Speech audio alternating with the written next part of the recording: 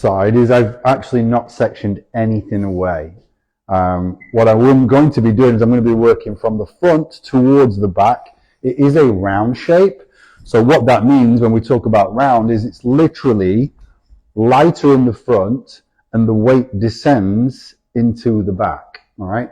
So when you actually pull that haircut out and you look at it horizontally, straight out from the head shape, you'll see a rounded dimension through there horizontally. It won't be a true circle, but it will be rounded all the way through and getting heavier. So what round does is it opens up this window here and it fills this window in here. All right. So it creates a much flatter shape back here and a little bit more lift and volume through here. So what it's going to do is it's going to expose the face, the cheekbones, the chin, and the neck area. So it's one of those haircuts that it will expose everything, and that's what's going to be on focus. So you have to think about, is that what I really want to show on this person? But yeah, so that's what I'm going to do. Do you want to explain what your section is and stuff? So I'm going to be doing my go-to razor shag haircut. I would say this is my big money maker in the salon, that I do this pretty frequently. I have a lot of people coming in to get a shag haircut from what they see on my Instagram, and I also enjoy doing this haircut.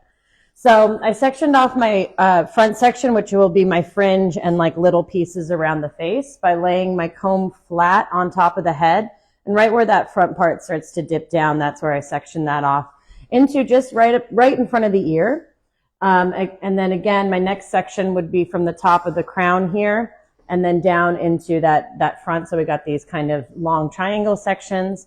And then in the back, I used my comb here to see where that occipital bone was rounding up into the crown, and then section that down.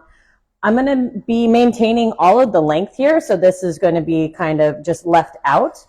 And then I'm going to be starting in the front first. Now, I like to do this front section first on someone coming in getting a lot of hair cut off. I usually go for the most dramatic change of the haircut first.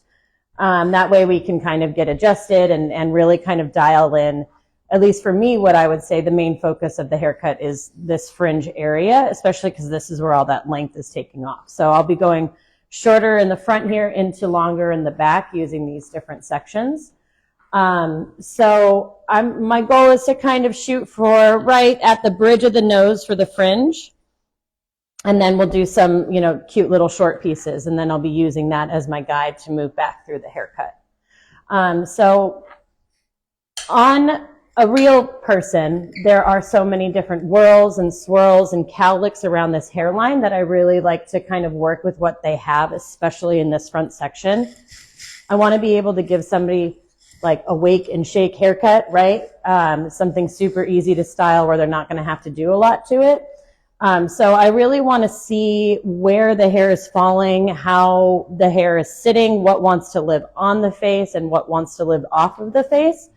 So I usually find those sections just by kind of like tossing the hair around a little bit and see how this hair is clumping together, and also being mindful of where the roots are falling.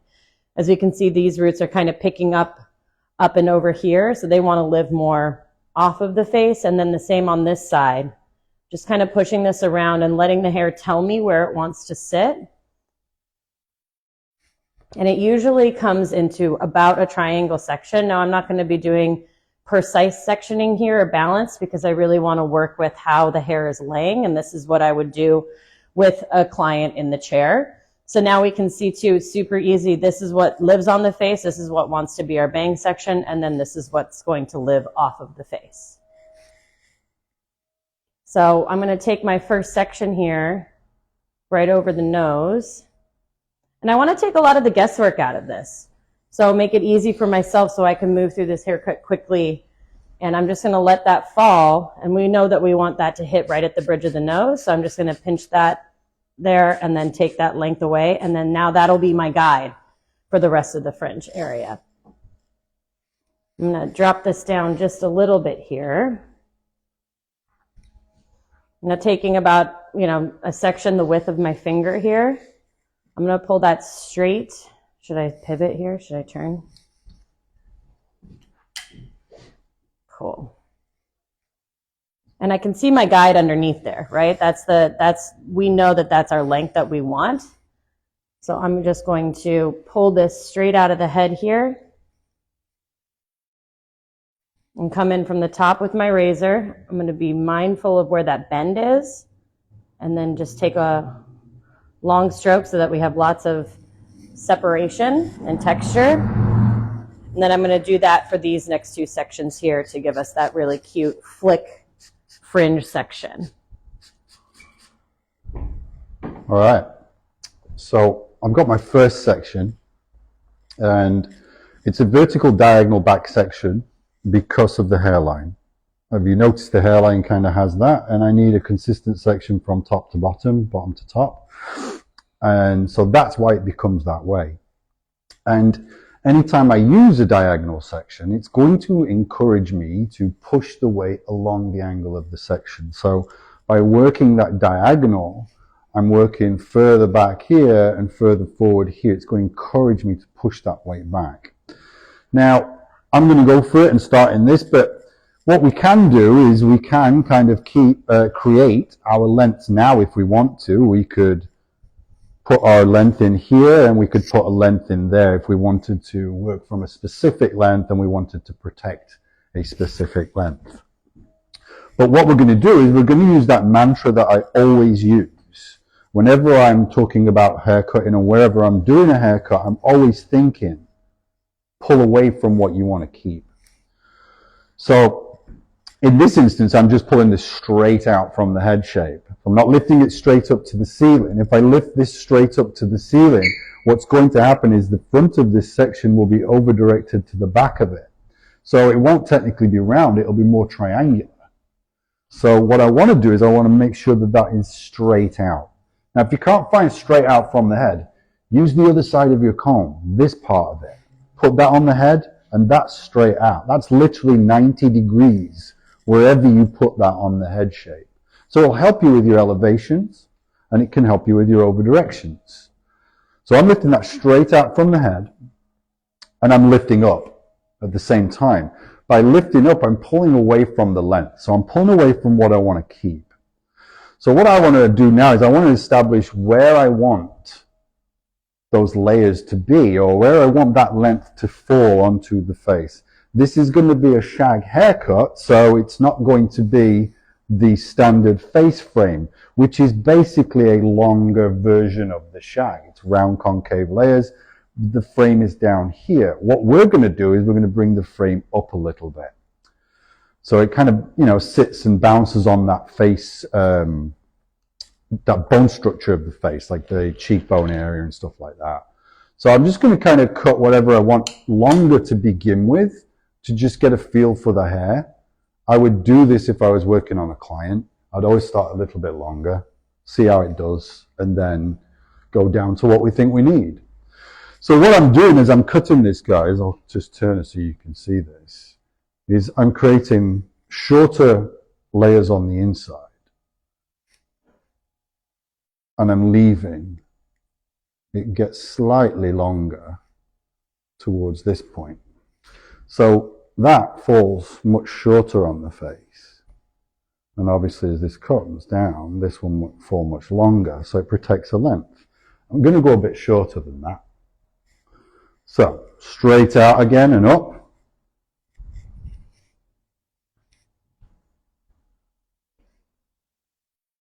And let's just bring that up a touch.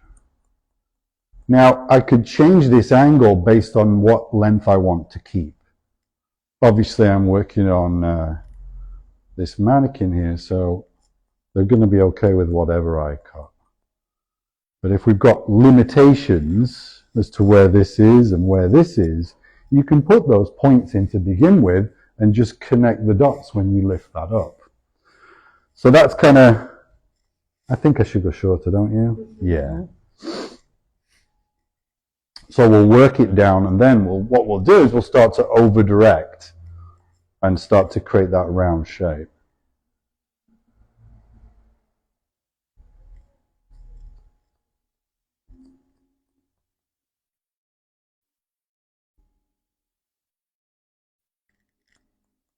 So concave layers. Yeah, that's going to work better, isn't it? So you can see it's just a face frame. It's just longer than the classic frame that we do. And then obviously, when it's styled, we'll make it go backwards, away from the face. So now the next thing, that's one of the most important thing now, is what do I do after that? How do I control what's going to happen this way with the haircut?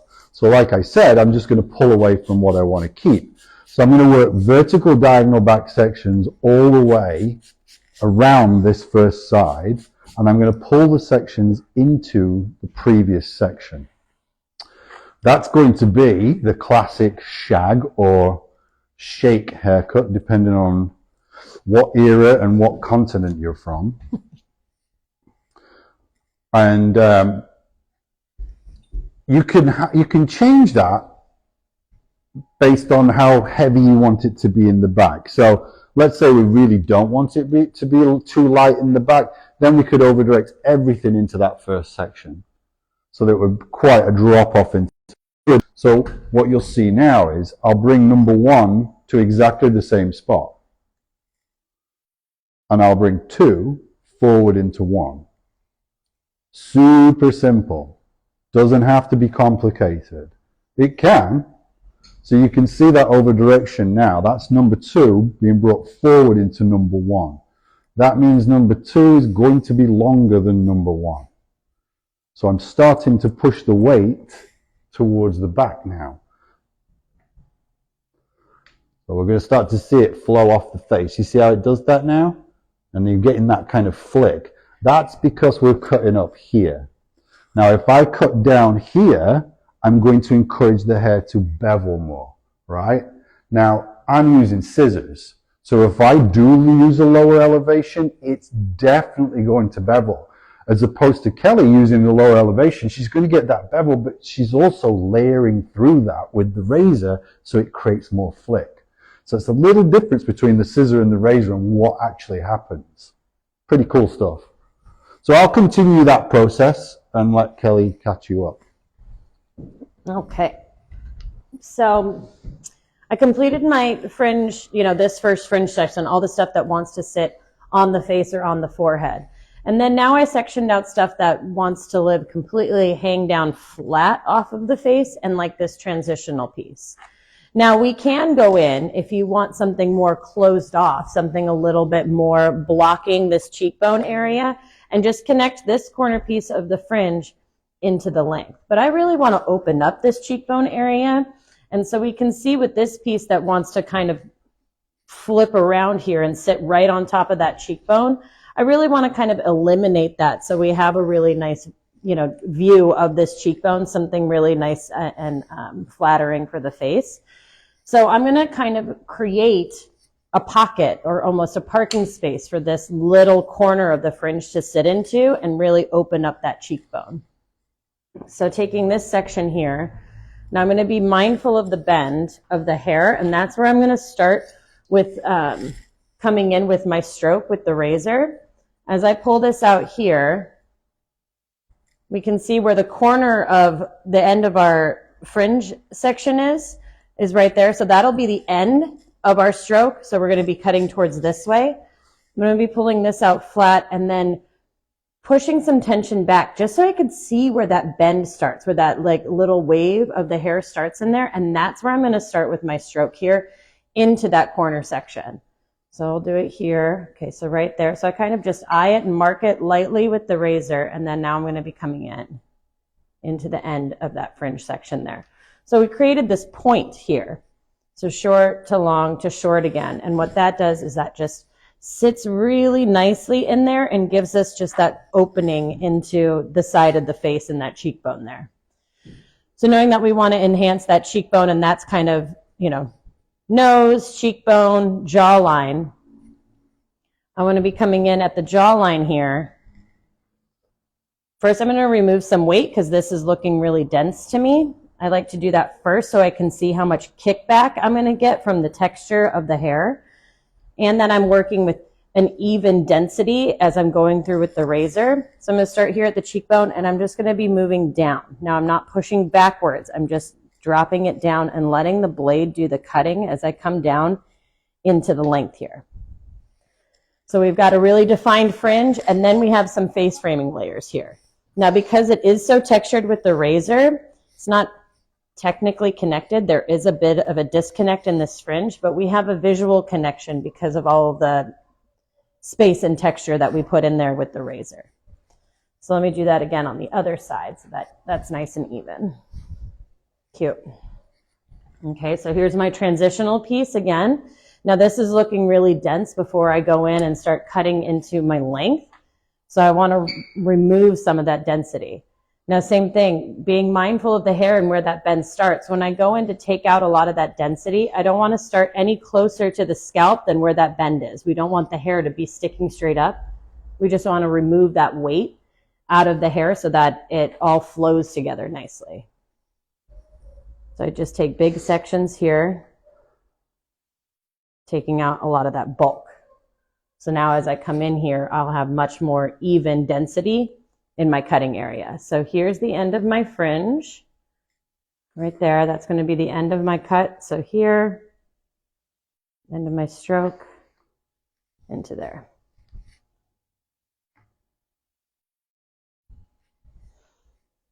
So now that sits just so nicely and tucks that in and really opens up that side.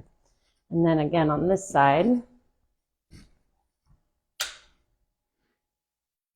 Okay, so standing just to the side and making sure that I'm not pulling backwards or cutting back into it. I just want to slide down. So my body positioning, my feet would be square with their shoulder.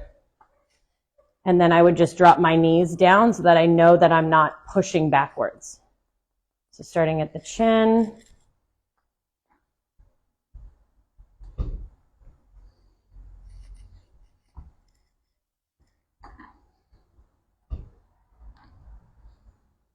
And dropping down to the floor, not back, because we don't want to remove much of that length in the front here.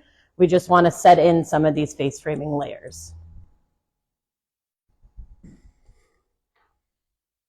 Now, when I have a bang trim client comes in to kind of get their bangs cleaned up, or a little bit, I call it the bangs and some bits, or heard it referred to as bangs with benefits. So when people come to get their hair cleaned up or a bang trim appointment, I do this whole front section because that's my haircut that's walking around out there, and I don't want to just cut this one little section here and then everything else looks out of whack.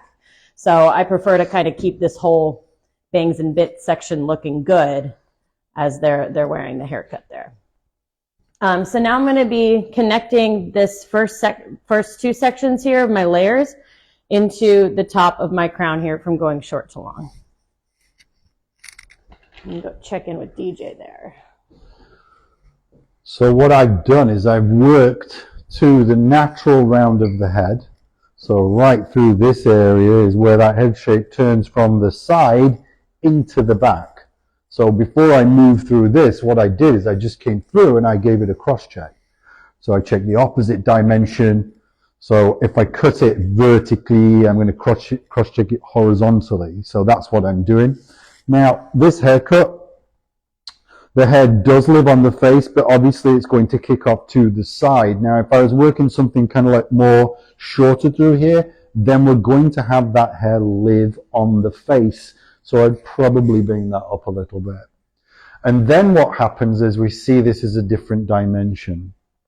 A lot of people call this vertical through the top, but as you can see, it's definitely horizontal, right? It becomes vertical when we're dealing with it like this, kind of like how Kelly's been working.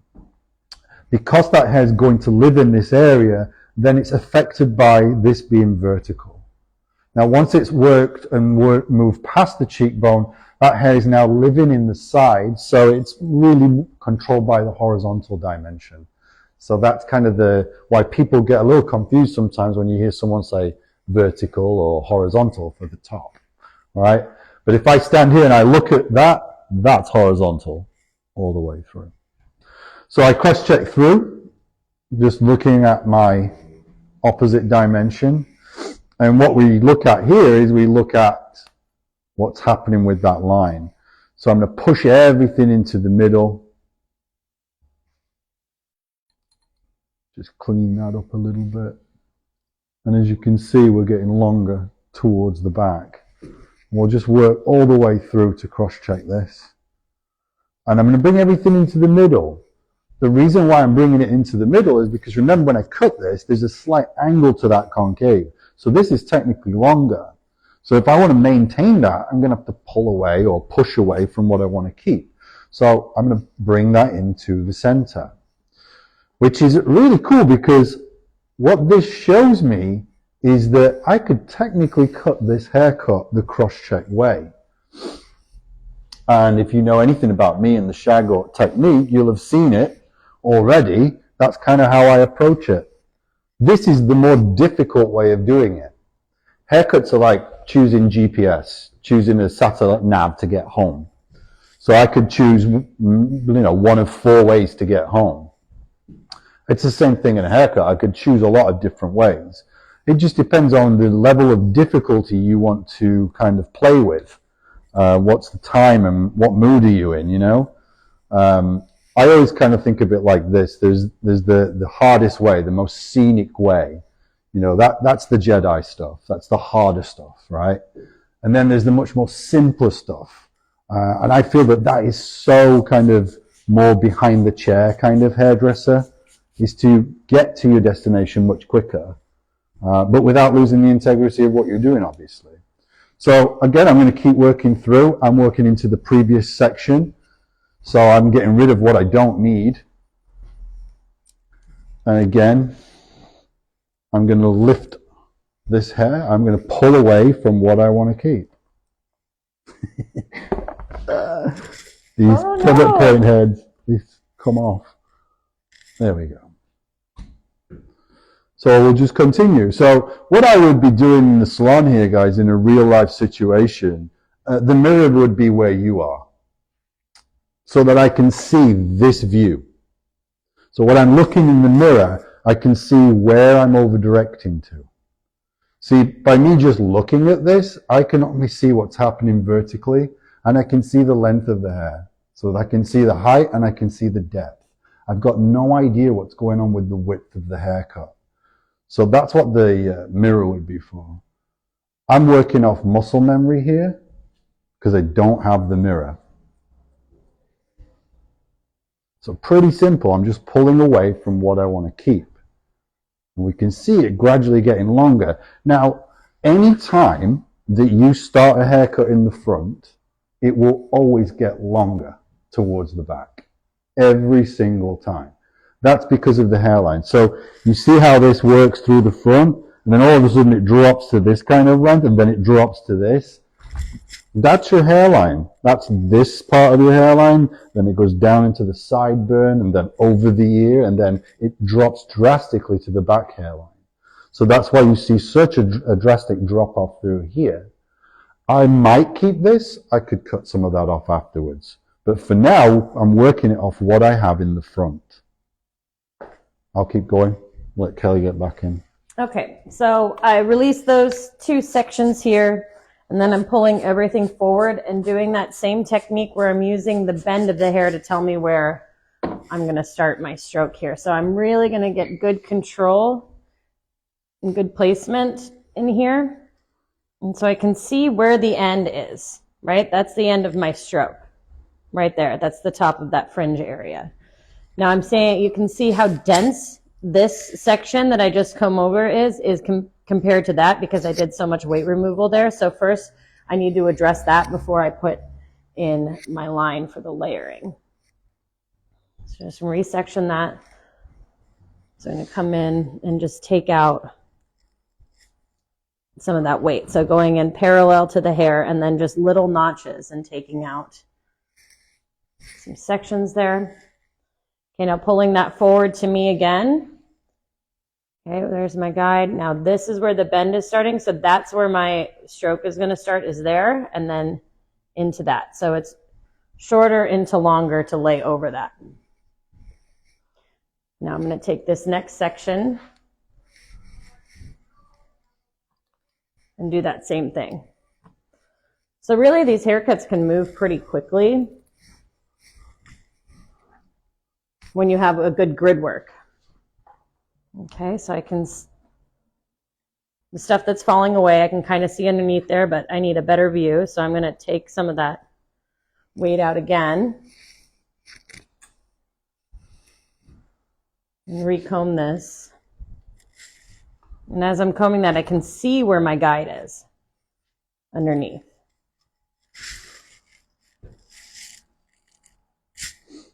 And just take this last section here and condense that and bring that all the way up into that first section there.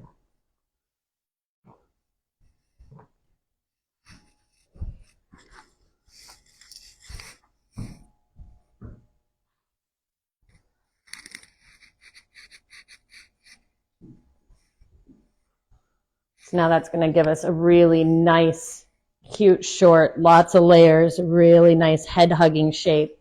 We have our flick with the fringe. We have a nice view of the cheekbone there, and we've maintained all of that length. Just tons and tons of broken, shattered layers. This type of haircut with the razor works really well with like thick, dense hair, anything that has a little bit of wave to it. I wouldn't do it on necessarily super, super curly hair just because you lose a bit of control with the razor once you put your stroke into it, being mindful of the canvas that you're working on.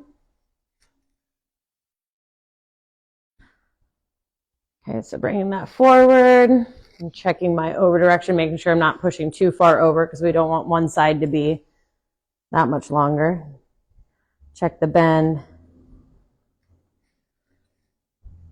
and slice into it. So what I'm doing here is I'm on the last section. And as you can see, what's happening, this is being brought into that previous section.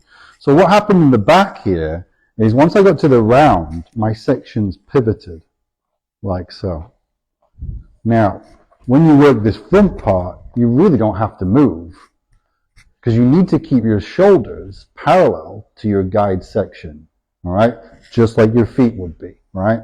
So once I get here, I need to maintain that process. So that's when I start to move. So whatever my guide is, I'm flush with my shoulders to that. So this is the last section, but it's been brought into this section here. So I'm stood parallel to that and bringing everything that reaches forward and up into that. So that's kind of the process of working through this.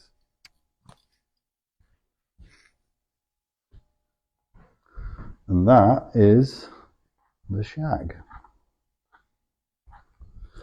So the last thing I could do here, like I said, I could keep that length, but really it's got excess length right now because the length that you established at the front is the length of the haircut. So now what I could do is I could come in, just give it a bit of a spray. Careful. And as you can see, this haircut is literally butterfly layers if you do it a little bit longer. You know, so round concave layers has a bunch of different names based on length and, you know, texture sometimes. So I'm going to comb this down. That length right there, that's my guide. That's the length I established on that first section. So I can come in now and just kind of work that length, sorry Katie, to this.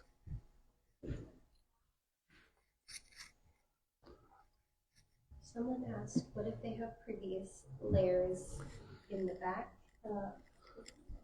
How would you correct that? Nothing to correct. If you have previous layers, you just have to tie it into what you've got. So obviously if you see this back here and it's like that short, you've got to go shorter in the front. But then also you could change the shape of the haircut. It doesn't necessarily have to be round. It's always going to be shorter in the front and heavier and longer in the back because of the hairline, right? So I could actually, instead of doing that with the weight distribution, getting longer towards the back or heavier, I could actually create more of a square balance. So look at the difference here.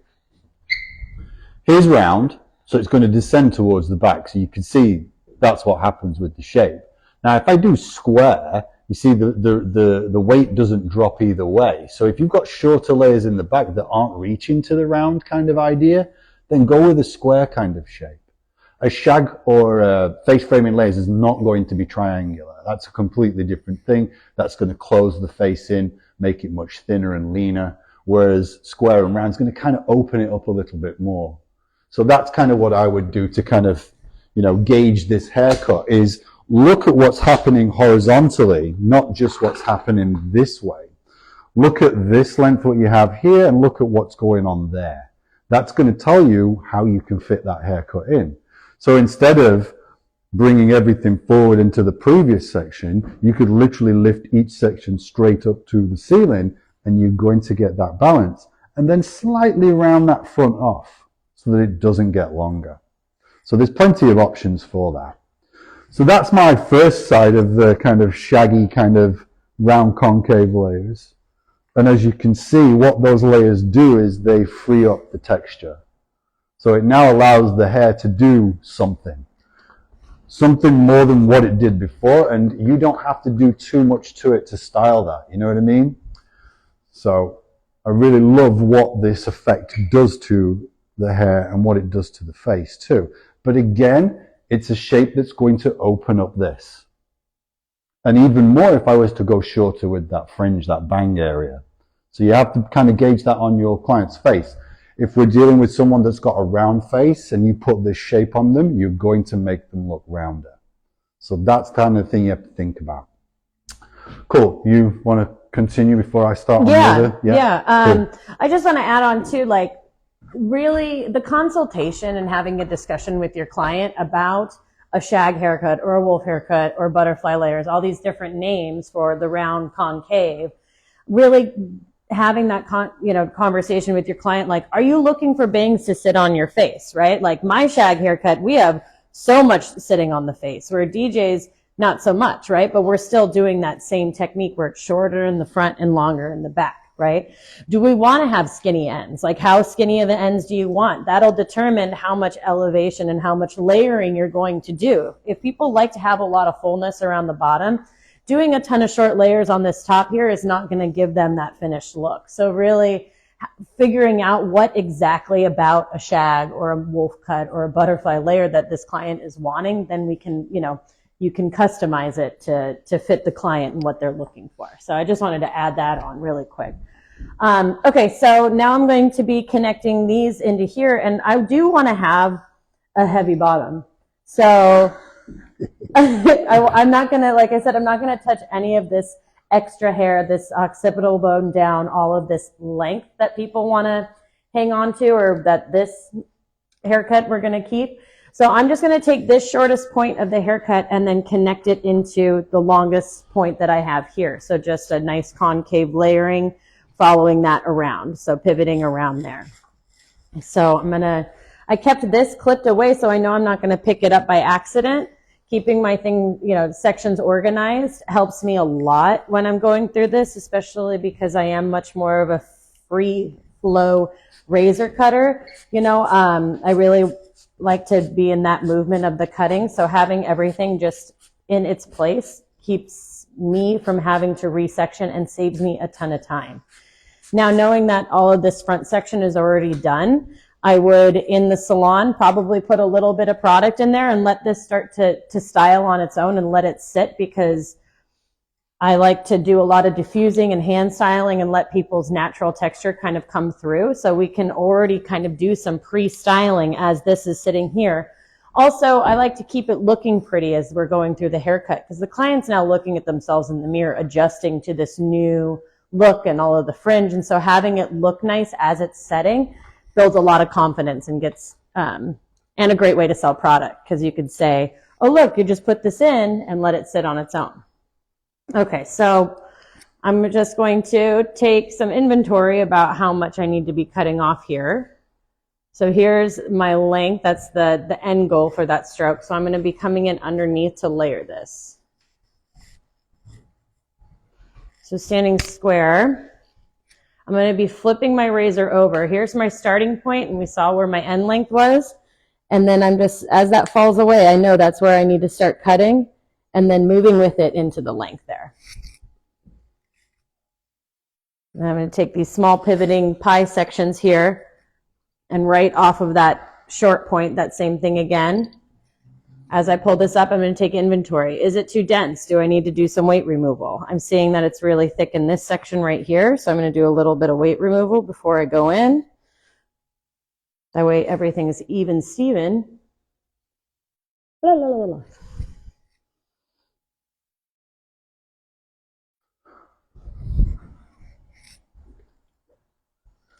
Now I pivot back and forth. That way I keep my balance as I'm going through.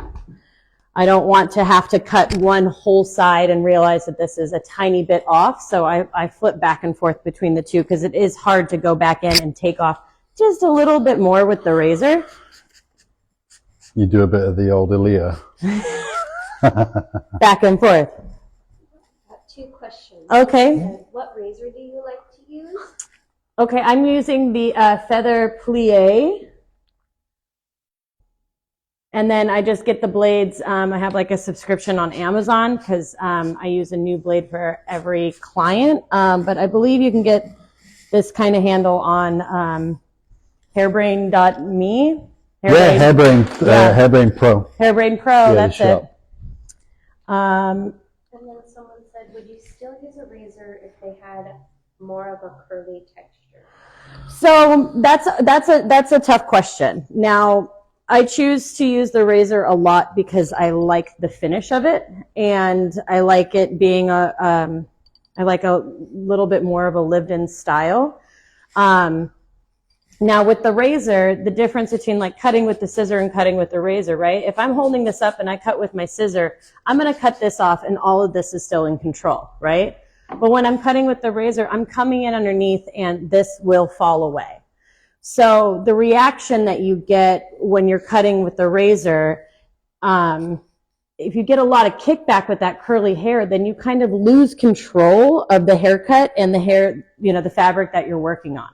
So if you think you can control it with the razor and know exactly where everything is going to lay, then I would say go for it. I have some curly clients that like their hair razored and crazy and big, but knowing when to approach it when you're in control, I think is kind of the answer to that. You get more kickback and more bounce with the razor. So if that's what you're looking for, then try it. You know, and just try it. Like if there's a little piece, give it a go. If you want to try it with the razor, maybe cut a little bit and see how it reacts. If it's not doing what you want it to, then go back to your scissor. You know, there isn't any rule that says you have to complete a haircut from start to finish. I think if it's like a fine curl, I wouldn't use the razor. Right. You know what I mean? If it had that thick kind of texture curl, then you could. Like for the curly, I would probably, me personally, cut it more blunt because I'll get the silhouette of the shape. Well, and I would cut it dry. Yeah. My curly heads I cut dry because so you could visually cut it in and see exactly where that reaction is going to happen. Yeah. So then I know I'm always in control, right? Dry or sopping wet, one or the other.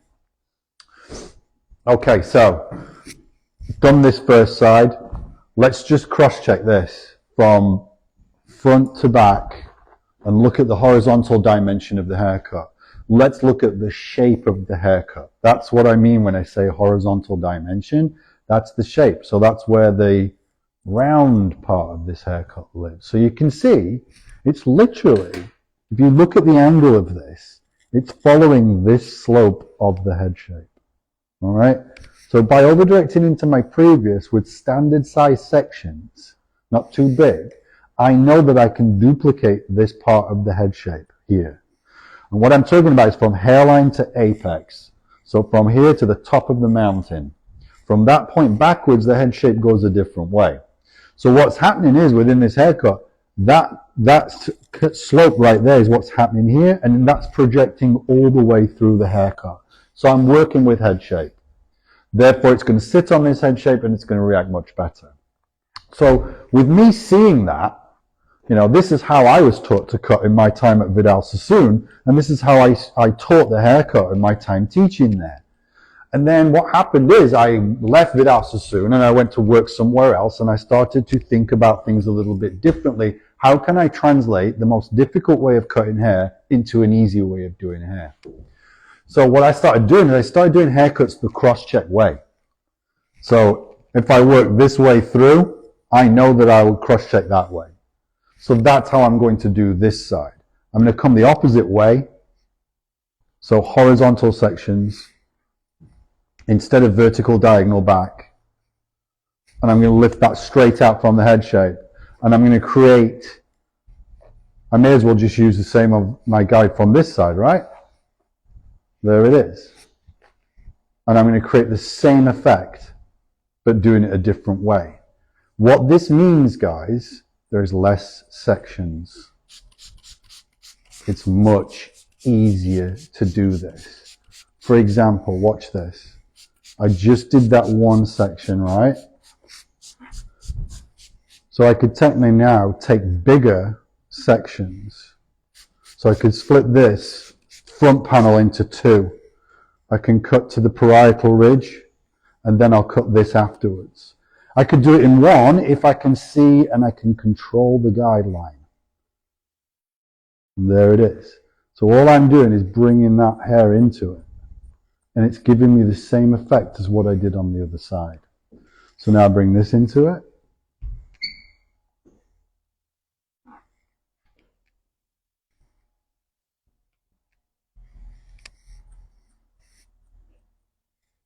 Someone just asked, is there a length of hair the shag is best for? They said they've tried it on long hair and it has been unsuccessful. Well, it just depends on what you're calling the shag. The shag is just something that falls on the cheekbone area. It can be up here if you want it to, like what Kelly's done. All right, so there's much more fringe, more bangs involved. The longer you go with it, the more the hair moves, right? It's not as stuck into place. So the longer you go, the more that hair is going to swing. The shorter you go, the more it sits into place. So that can play a big part in the difference of the haircut. When it's longer, it's what we know as, what do we call that one? The Kardashian, curtain, what's the other one? Wolf cut? Not wolf cut. Face frame. No, not a person's name. Anyway, it'll come to me. I've just lost the name of it. It's what everybody calls it. Curtain, not curtain. Anyway, it'll come back to me. So as you can see, I get the same thing, but instead of cutting it this way and using the over direction, I just cut it this way and elevate into the center. Right? Same haircut, just done a different way. A much easier way to get to your destination. So all I do now is I take that into the back.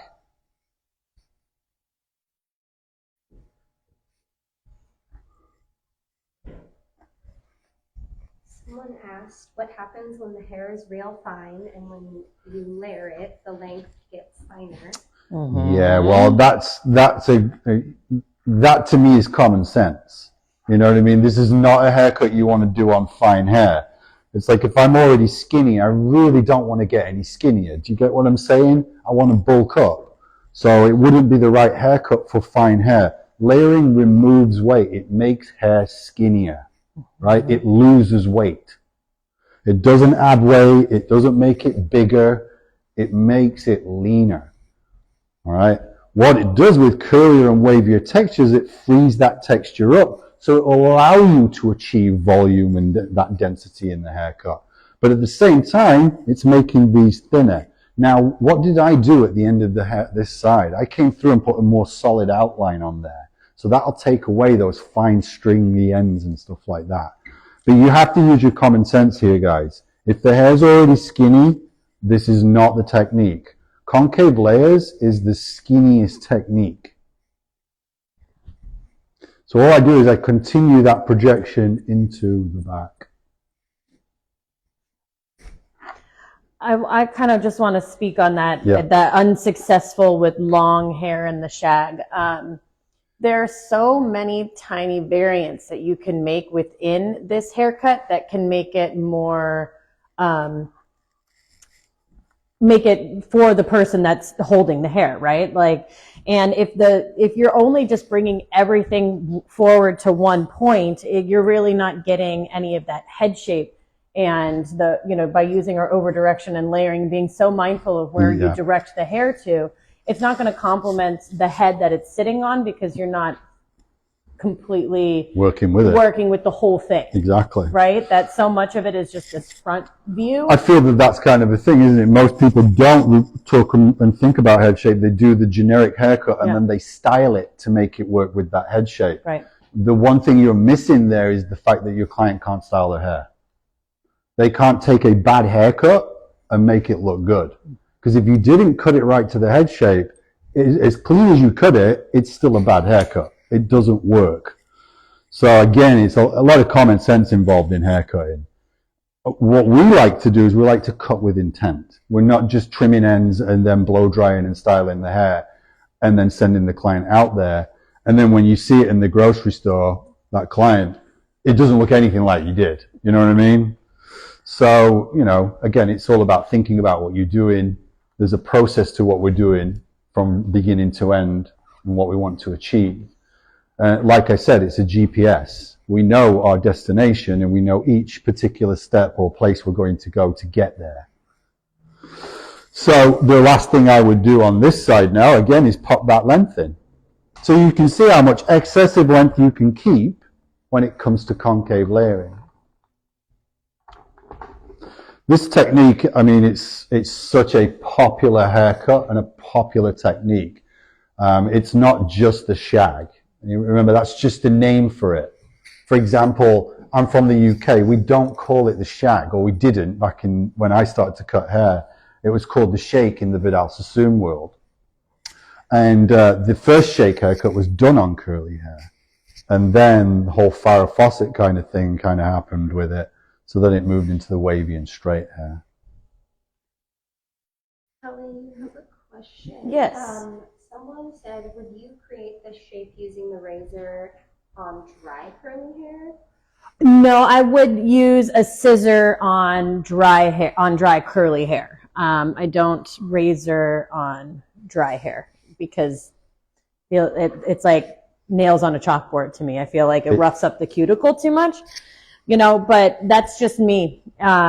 I feel like it would hurt. I feel like it would hurt. It could pull if you're not hitting the blade at the right angle to cut into it. But I have seen, there isn't really any rules, like laws that you have to follow. So if you try it, if it works for you, then great. If for me, not so much, because it already kind of, people will say oh, I like the sound, or oh, that sounds weird if they've never had their hair cut with a razor before, because it when you kind of go through it, right? I can't imagine that on dry hair. So that's that. Cool. Yeah. So I kind of finished through. What I'm going to do here is I'm going to show you what I do with kind of this frontal area. The frontal area is going to be that kind of triangular area that we take for fringes or bangs, as we say here in the United States. Ponies. Working from the apex or front of the apex to right where the hairline becomes vertical. This is literally the fringe area, isn't it? It's the hair that would fall on the face if you want it to. And what I like to do in this area, once I've done any form of face framing or bangs, is I like to come and take an unnecessary corner away. All right? This is something not a lot of people think about or know about. For example, if I bring this over here, see how the hairline drops? So it actually leaves a pocket of weight. It's like a quarter here, this particular area here. This becomes troublesome, and it makes the fringe do that. Even though I've cut it round to get shorter at the front, longer at the back, it's still falling a little triangular because of the hairline doing that.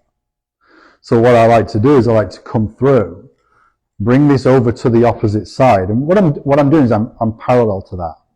I'm pulling it perpendicular, and what I'm going to see is I'm going to see the length that's there, and then see this, and all I'm going to do is I'm going to join them together. Take that corner away. And that's going to take that little bit off of that front, and it's going to encourage me later, once I start to blow dry and stuff this, to move it off to the side. And we'll do the same on the other side. I already did it, so I'll show you the motion of it. So I'll take this now, and I'll bring this over. This is old school. This is like from the 70s. This is when the Vidal Sassoon teachers were leaving Sassoon and starting their own things, and they were doing these stretching the hair around the head. Some people called it volumetrics, and that. There's a few other names for these techniques. When I worked with Paul Mitchell, it was called across the street, pulling the hair across the street to the other side, and that. And it's just using, maximum over directions. So that, you see, on this side it falls that way. So you can see it just kind of helps to encourage the hair to flick off. Anyway, I hope you enjoyed that tutorial.